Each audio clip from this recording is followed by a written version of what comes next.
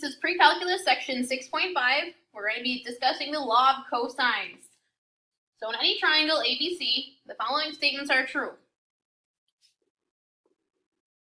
The side length A squared is equal to the side length B squared plus C squared minus 2 times the side length B and C multiplied together times the cosine of A. In addition, B squared is equal to A squared plus C squared minus 2 times A times C times cosine of B. And lastly, C squared equals A squared plus B squared minus 2AB times cosine of C. This is the definition of the law of cosines, and I would really encourage you guys to go and look at a derivation of the law of cosines.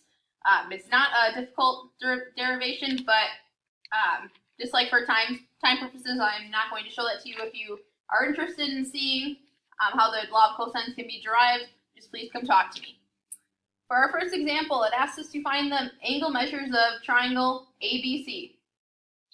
So first, to find the measure of angle A, we can use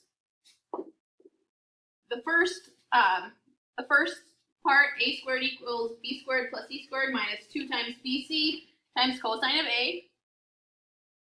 However, I'm just going to solve for cosine of A right away. So cosine of A is equal to A squared minus B squared minus C squared, all divided by negative 2 times BC. All I did was subtract over the B squared, subtract it over the C squared, and then divide it by negative 2 times BC. Now you can just substitute in your values. You know, cosine of A equals 5 squared minus 12 squared minus 8 squared, all divided by negative 2 times 12 times 8. So up here we have cosine of A equals negative 183 over negative 192. So cosine of A is equivalent to 0.9531. And then we know A is equal to cosine inverse of 0.9531. So A equals 17.6 degrees.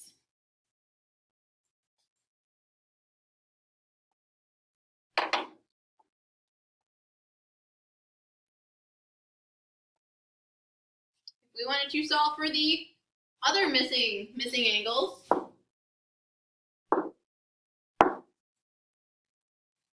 let's say finding measure of angle B. Using the same type of formula, cosine of B equals B squared minus A squared minus C squared, all divided by negative 2AC. Just substituting in the values we know, we have 12 squared minus 5 squared minus 8 squared in the numerator. In the denominator we have negative 2 times 5 times 8. This is equal to 55 over negative 80, which equals negative 0.6875. Now, so cosine of B equals negative 0.6875. So to find the measure of angle B, we take the cosine inverse of both sides. So B equals cosine inverse of negative 0.6895. And this gives us 133.4 degrees.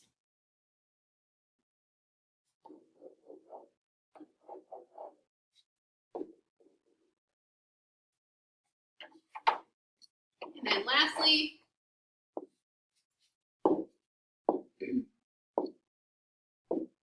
to find the measure of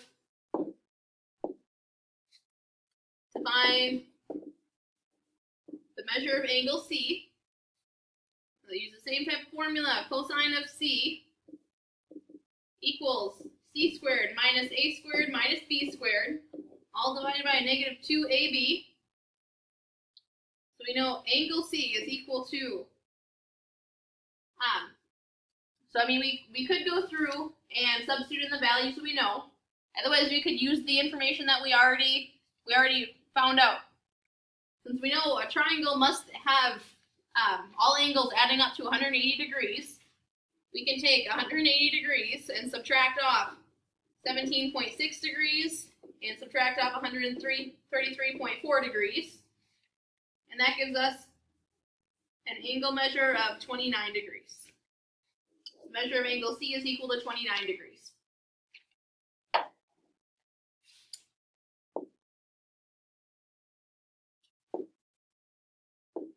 Some things I want to highlight are the cosine, how to find the cosine of an angle.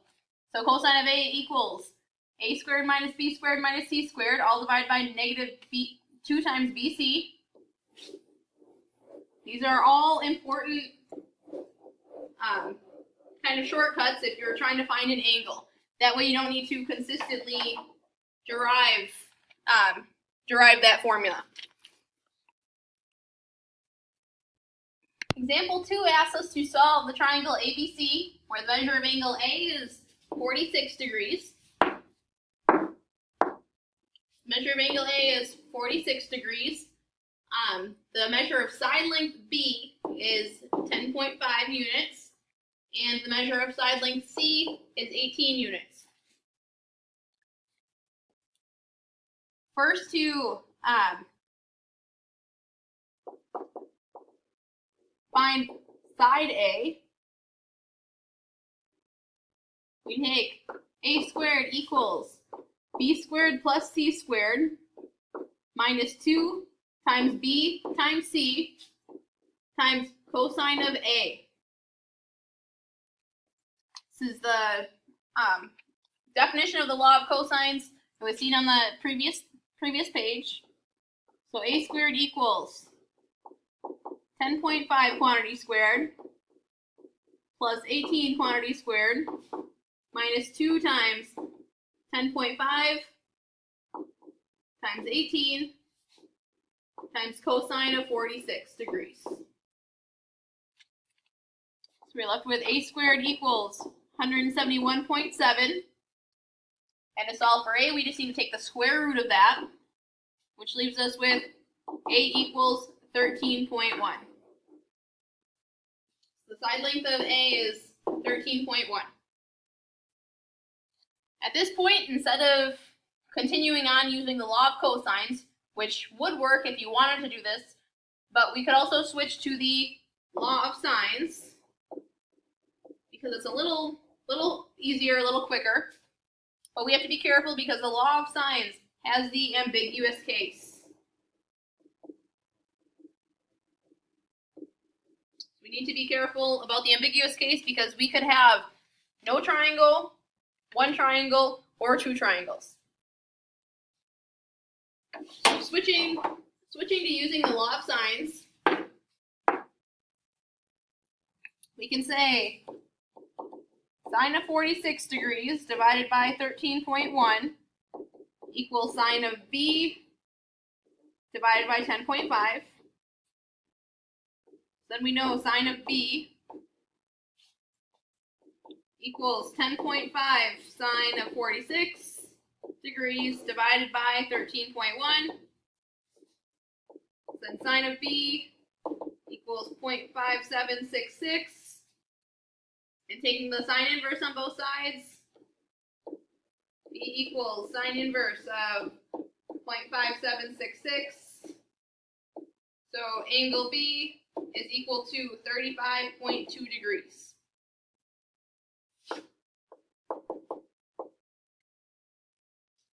In order to solve for the measure of angle C, we could in fact use the law of cosines, we could use the law of sines.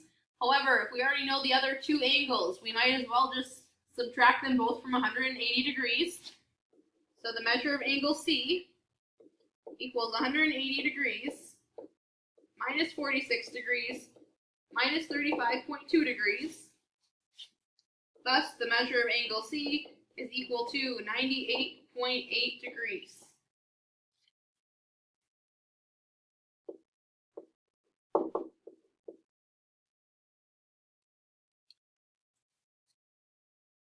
So now we have to ask ourselves, is there a second triangle?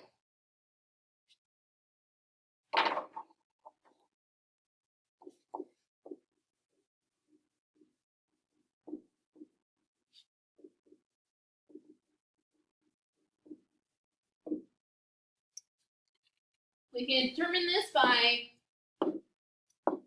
looking at the measure of angle B,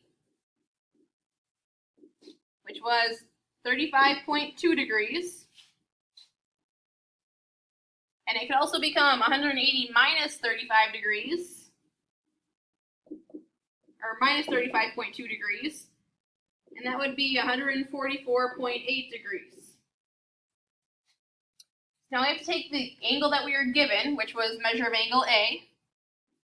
Measure of angle A is equal to 46 degrees. And we have to add that to 144.8 degrees, which was the other, the measure of angle B that we didn't find.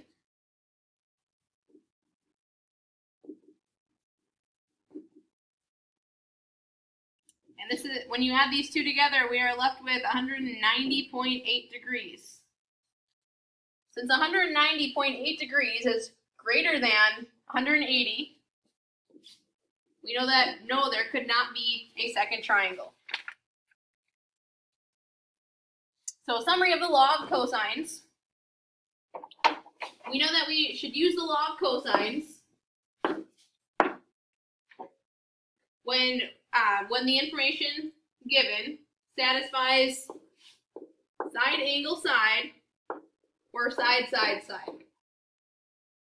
We know we should use the law of sines when given the information that satisfies angle side angle, side angle angle, or side side angle.